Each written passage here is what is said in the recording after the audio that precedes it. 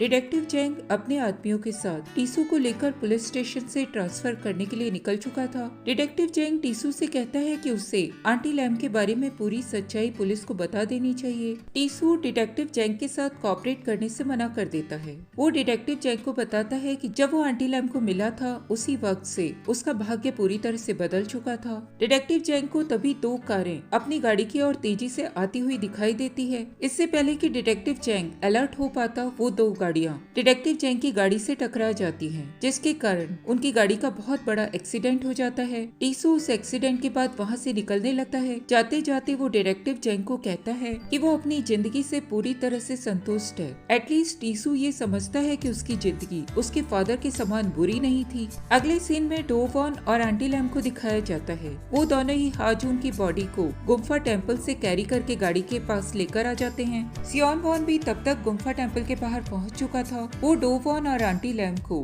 हाजून को गाड़ी तक ले जाते हुए देख लेता है। उसे उन दोनों को इस तरह से देखकर आश्चर्य होता है और वो उन दोनों को फॉलो करने का सोच लेता है। इधर हेजून और सूचियोल दोनों ही टेम्पल के बाहर हाजून और जीहुई का वेट कर रहे थे। उन दोनों को बाहर आने में देर होता हुआ देखकर हेजून और सूचियोल दोनों ही चिंता में पड़ जाते हैं और वो दोनों टेम्पल के अंदर जाकर चेक करते हैं।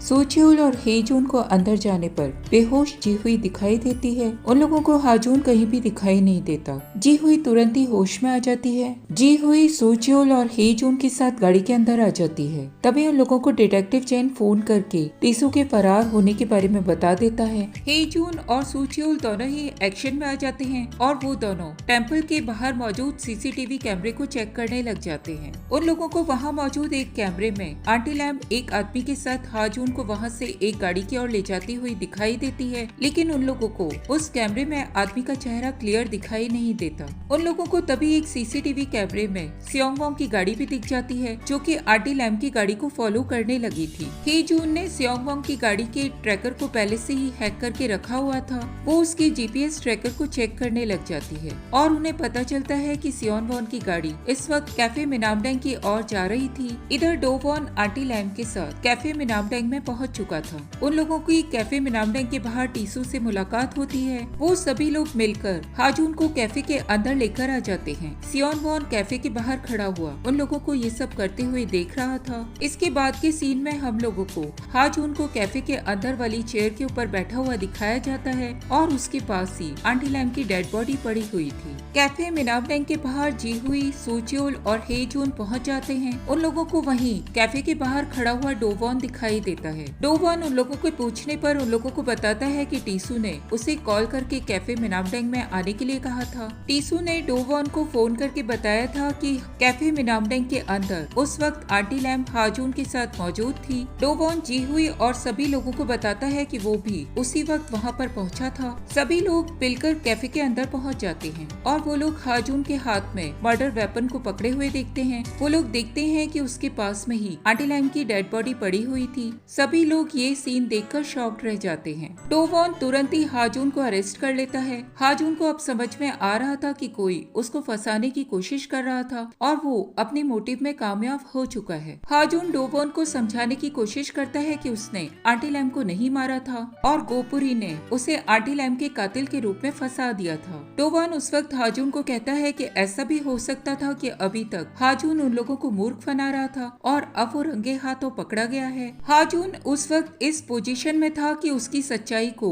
सभी लोग मानने से मना कर देते हैं। जीहुई भी हाजून को इस तरह से देखकर शॉक थी, लेकिन वो डोवॉन को समझाने की कोशिश करती है कि लगता है कि कोई हाजून को फंसाने की कोशिश कर रहा था। डोवॉन जीहुई को बताता है कि उसे भी हाजून के ऊपर भरोसा है, लेकिन क्योंकि वो एक प्रोसिक्यूटर है इसीलिए उसे सभी सर्कमस्टांसेस को ध्यान में रखते हुए हाजून के लिए वर्क करना होगा। हेजून और सूचियोल कैफे के अंदर मौजूद सीसीटीवी कैमरे को चेक करते हैं। उन दोनों को ये देखकर आश्चर्य होता है कि हादसे के वक्त किसी ने सीसीटीवी कैमरे की पावर को ऑफ कर दिया था और सीसीटीवी कैमरे में उस वक्त का कुछ भी रिकॉर्डिंग मौजूद नहीं थी। हाजून डोवॉन के साथ पुलिस स्टेशन की ओर जाते समय हेजून और सूचियोल को 3 केस नंबर्स बताता है और वो उन्हें उन केसेस के बारे में छानबीन करने के इंस्ट्रक्शंस देता है। हाजून को जेल में लाकर बंद कर दिया जाता है। हाजून अब पूरे केस के ऊपर गौर करता है और वो सभी इवेंट्स को एक के साथ साथ एक रखकर इस पूरी पहेली को सुलझाने की कोशिश करता है। हाजून अभी तक सभी विक्टिम्स को दिमाग में रखते हुए सोच रहा था। इस वक्त वो विक्टिम को छोड़कर किलर के प्रोस्पेक्टिव से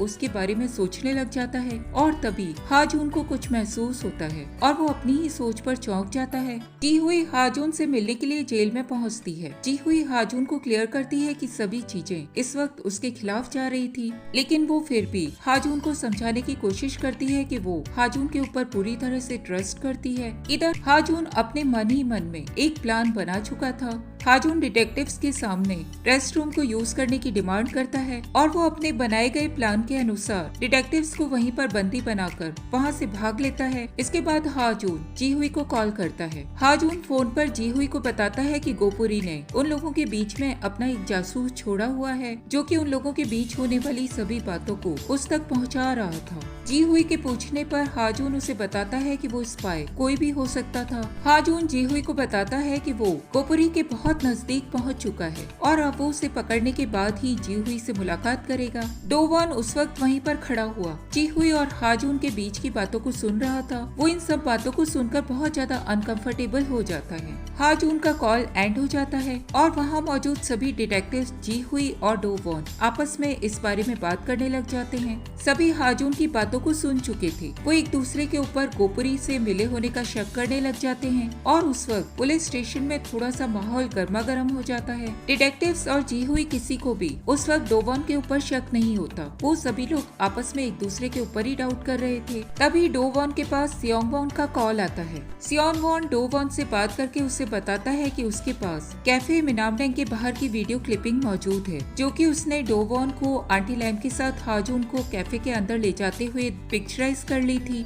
डोवन सियोंगवॉन को बताता है कि अगर वो उस वीडियो को उसे लौटा दे तो वो चियोकिंग कंस्ट्रक्शन के अपने सभी शेयर्स उसके नाम कर देगा, जिससे कि सियोंगवॉन उस कंपनी का डायरेक्ट डायरेक्टर बन जाएगा। डोवन सियोंगवॉन को इसके बदले में जी हुई को पकड़कर उसे सौंप देने के लिए भी कहता है और सियोंगवॉन डोवन के इस काम को करने के लिए तैयार हो जाता है। जी हुई अगले दिन सियोंगवॉन से मिलने के लिए उसके ऑफिस जाती है। हाजून अपनी पूरी टीम के साथ जी हुई को वॉच कर रहा था। तभी जी हुई को एक गाड़ी आकर किडनैप करके ले जाती है। हाजून अपनी टीम के साथ उस गाड़ी का पीछा करने लग जाता है। सियोंगवॉन को डोवन के जी हुई को किडनैप कराने के पीछे आश्चर्य होता है कि वो अब उसके साथ क्या करने वाला है। सियोंगवॉन के आदमियों की गाड़ी जी हुई को लेकर सिग्नल से आगे चली जाती है, जबकि हाजून अपने सभी साथियों के साथ सिग्नल पर ही रुक जाता है। हाजून जी हुई को अपनी नजरों से ओझल होते हुए देखता है और वो हेल्प के लिए डोवन को कॉल कर देता है। हाजून डोवन को कॉल करके जी हुई के किडनैपिंग होने के बारे में बता देता है और वो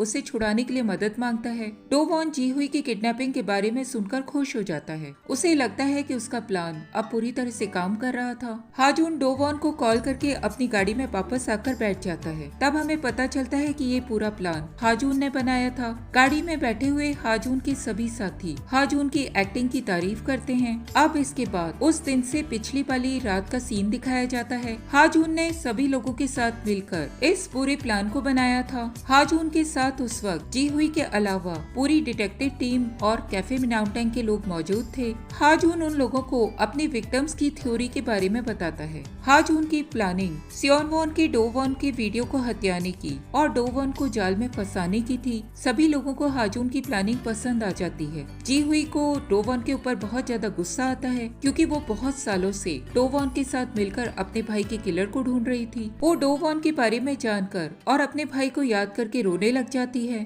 हाजून के प्लान के अनुसार हाजून ने सबसे पहले डिटेक्टिव टीम के साथ मिलकर अपने आप को जेल से आजाद कराया था और उसके बाद उसने बाहर जाकर जी हुई से कॉल पर बात की थी। हाजून के प्लान के अनुसार ही जी हुई ने अपने आप को किडनैप कराया था क्योंकि हाजून अपने सभी साथियों के साथ डोवन और सियोंगवॉन के बीच में होने वाली बातों को सुन चुका था। डोवन ने सियोंगवॉन को जी हुई को लैंड प्रोजेक्ट पर पहुंचाने के लिए कहा था। हाजून के कहे अनुसार डिटेक्टिव टीम और कैफे के सभी मेंबर्स उस लैंड प्रोजेक्ट वाली जगह को चारों ओर से घेर लेते हैं और वहां पर छुपकर बैठ जाते हैं। डोवॉन हाजून को उसी जगह पर पहुंचने के लिए फोन कर देता है और हाजून जी हुई को ढूंढते हुए उस जगह पर पहुंच जाता है। डोवॉन टीसू के साथ मिलकर हाजून को दूर से आते हुए देख लेता है। उसने वहीं पर जी हुई को भी बंदी बनाकर रखा हुआ था। सू जियोल और डिटेक्टिव चैंग दोनों ही सियोन वॉन और उसके ड्राइवर का वेश बनाकर लैंड प्रोजेक्ट वाली जगह पर पहुंच जाते हैं। डोवॉन उन दोनों को भी दूर से देखता है और उसे ऐसा लगता है कि सियोन वॉन अपने ड्राइवर के साथ उस जगह पर पहुंच चुका है।